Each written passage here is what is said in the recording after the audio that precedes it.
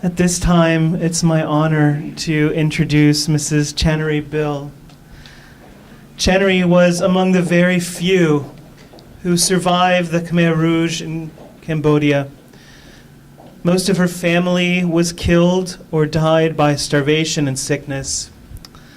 Channary escaped to Thailand and moved to the United States, eventually completing a chemical engineering degree at Oregon State University.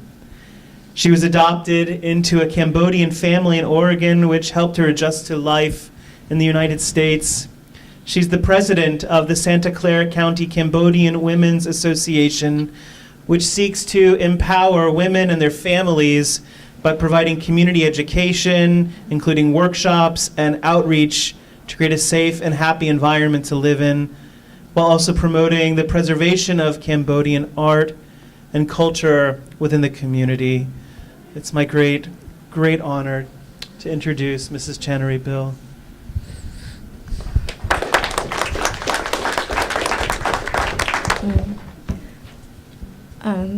Thank you very much for allowing me to tell my story. Thanks everyone who come here.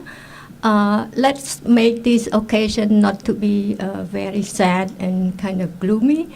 I just want to tell my story so we can learn and prevent things like that to happen. And for sure, human being can endure so much and survive at the end. So there are a lot of good stories come out of it. Yeah. So April 13 is a Cambodian New Year. Every year it's around April 13. And the date, April 17, 1975, it's a date that the genocide take place in Cambodia. So during that time, we cannot celebrate a New Year because I'm just telling you a little bit more why it led to this genocide. The Vietnam War going on for many years, and Cambodia have avoided for a long time not to be kind of, get into trouble with the war. But for some reason, there are border bombing and things like that, and the government was toppled by another one that Americans supported so they can win the war in Vietnam. So since the government was toppled, the war just like fire, just start in Cambodia immediately. And it takes 5 years. And during that time, we call the Khmer Rouge, which is the communist regime that start this war, have a lot of battle and win a lot of territory in many provinces and things like that. So just a few days before April 17, they surrounded the capital of Phnom Penh, which is the main power that the government holds. So I was at home and with my family, my brother and my parents, and 2-3 days before that date, there are a lot of rockets fell in Cambodia, in Phnom Penh, surrounding Phnom Penh, near to our neighborhood, inside Phnom Penh. And those rockets, you wouldn't believe it, it's very scary and it killed many, many people. And I remember because it's so scary in my mind, like the sound of the rocket, it go like, way, then boom, So the sound way that one, it's so scary that in my head all the time because you never know where it falls, This is the war. So when it falls, it can be in a market, it can be in a house, it can be on the street, So after each rocket, you can hear, oh, my cousin, my auntie, 3 people die, So those rockets are so nasty that they can just cut your head or your body immediately, So it was so scary for 2-3 days, and we just try to avoid going out or stay under the very tough house or something like that. But April 17 come, the whole city was silence, like no noise. Radio was cut off, nothing happened. And basically the government, the Phnom Penh, failed to the Khmer Rouge take power. Tell me if I'm going too long. What's happened, the people in Phnom Penh, it's probably over 1 million people, and the people, the whole country was very happy, thinking the war is over. You know, you endure so many years. It come to this day, you just celebrate because you know that nothing else can be, worse than the war. Then during that night, I was with my family, and I looked outside. I couldn't sleep through the window.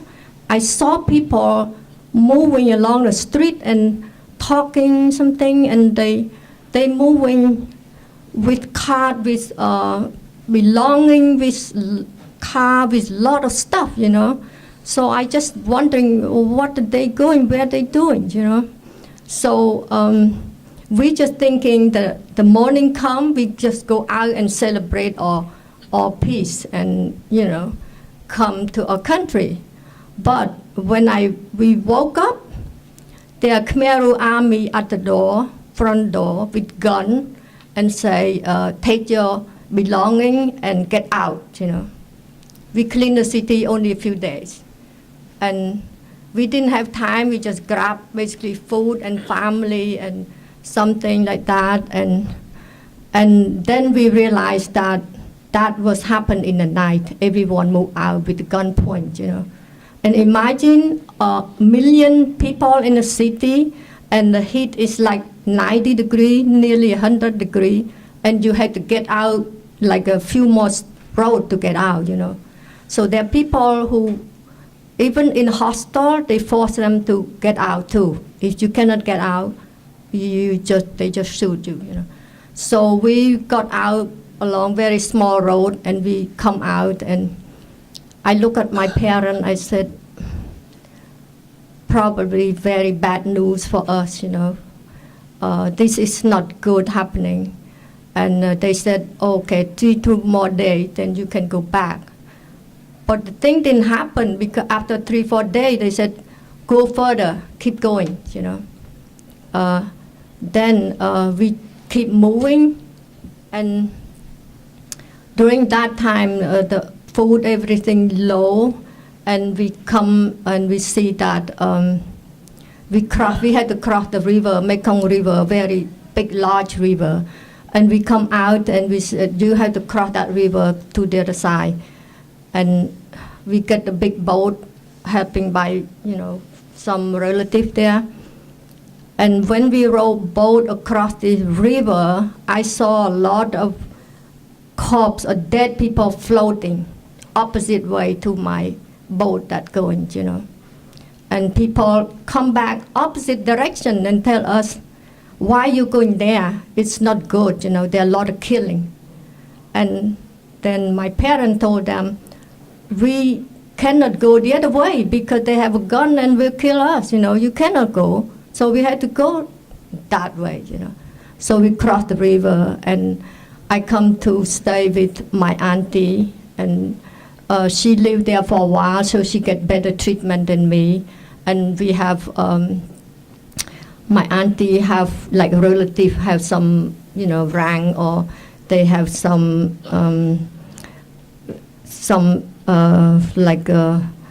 position in Khmer Rouge, So we stayed there for a month or so, and I was feeling very angry. I said, how come I cannot go to school anymore? That's my life. I want to go to school, And I look at through the Mekong and see the city very dark, didn't have any light, and the water that flowing along the Mekong make me miss my home, my school, my professor, my life so much, So I just don't want to accept that what happened. And we live there, but luckily we have food from my auntie that give me some rice and fish and things like that. And one day, my mom and my dad say, we have to move again. So I said, why we have to move again? They said, okay, last night, your auntie came to tell me that we all will be executed if we live there. Because they know where you come from, and they know your background and history. You have to go right away, because this high rank that our relative told us that you will be executed in a night or two, you know. So we just move again to another place that like maybe 15 or 20 miles from that area, and we stay there with another relative. And in that area that not many people know us, so we can stay and do some work, you know, go eat potato and get some food, or and get some fish and things like that. And then my dad, we very low in food. My dad say, okay, let me go to my relative the other side of the river to get some food. So my brother took my dad there, say, okay, Dad, maybe in 2 weeks I will come and get you back with some rice and some food and some, you know, thing to have a family again. So my dad say, okay, don't worry, because we relative, we can get some food. They do farming there a long time. So my brother came back without my dad. So my dad there by himself. And 2 nights later, their gun pointing at where we stay again, that you all move again.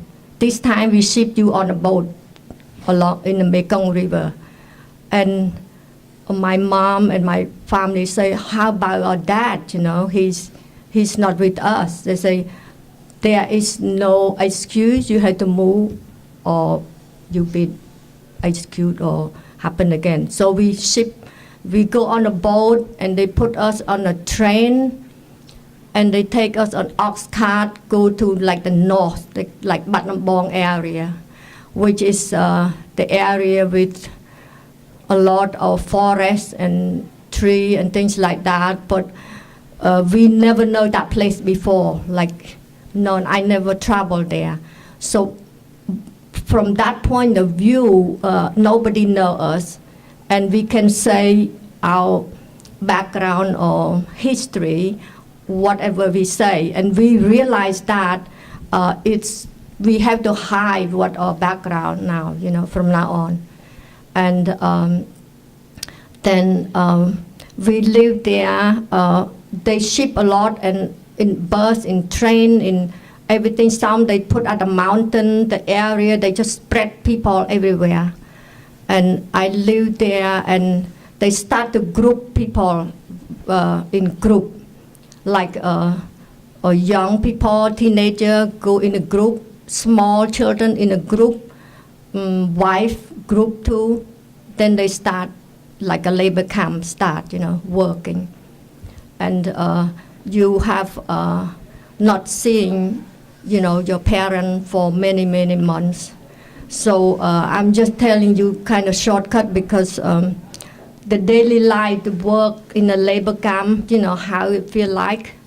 5 o'clock in the morning, 5 o'clock in the morning, the whistle start, and you wake up, and you have to go to the rice field to plant the rice.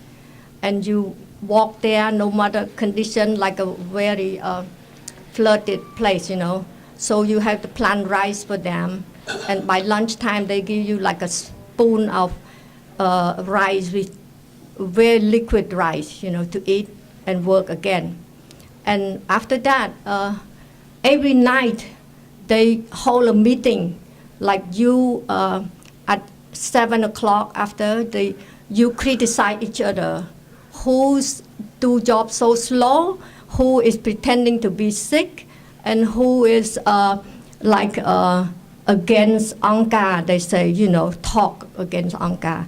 So you criticize each other, and they criticize you, And during that moment, you know they select you to execute. And you were just so scared to death. And you come back to sleep. In the morning, you start to plant the rice again, you know.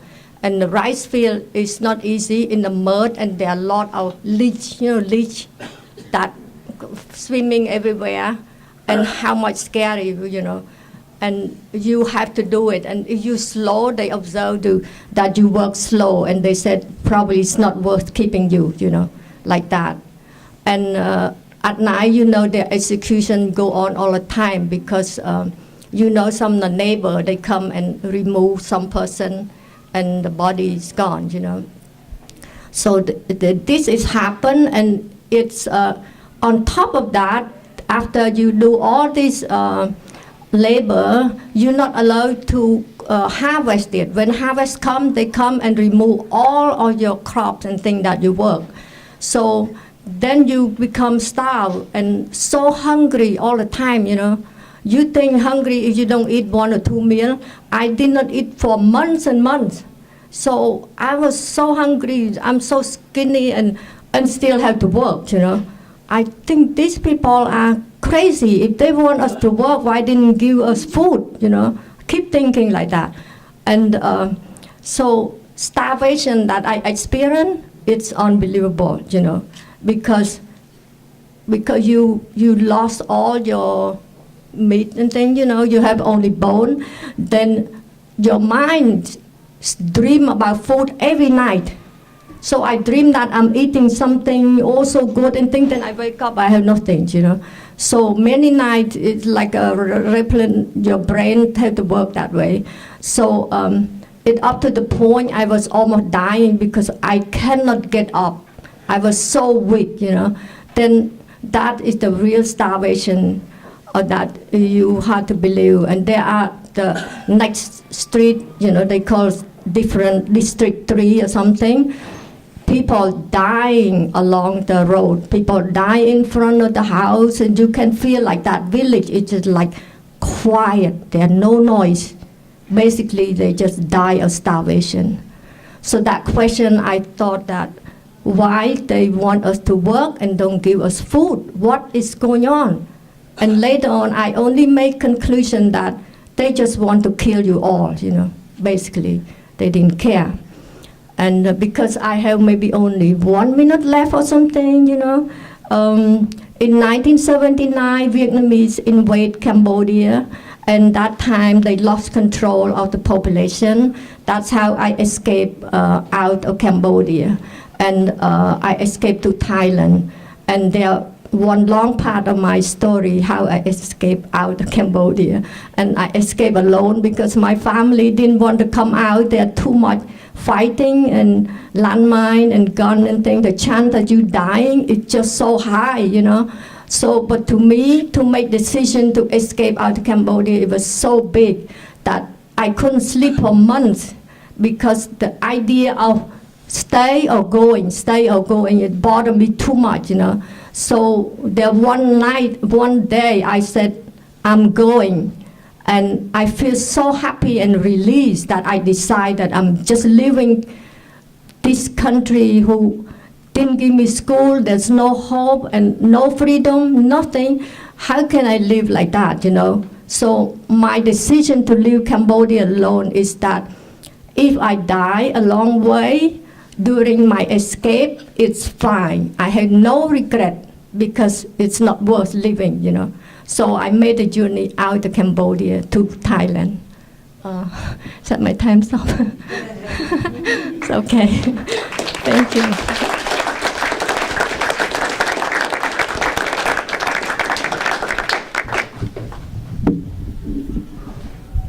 Thank you so much, Channary, for sharing such a difficult story and letting us feel just a drop of what your experience was.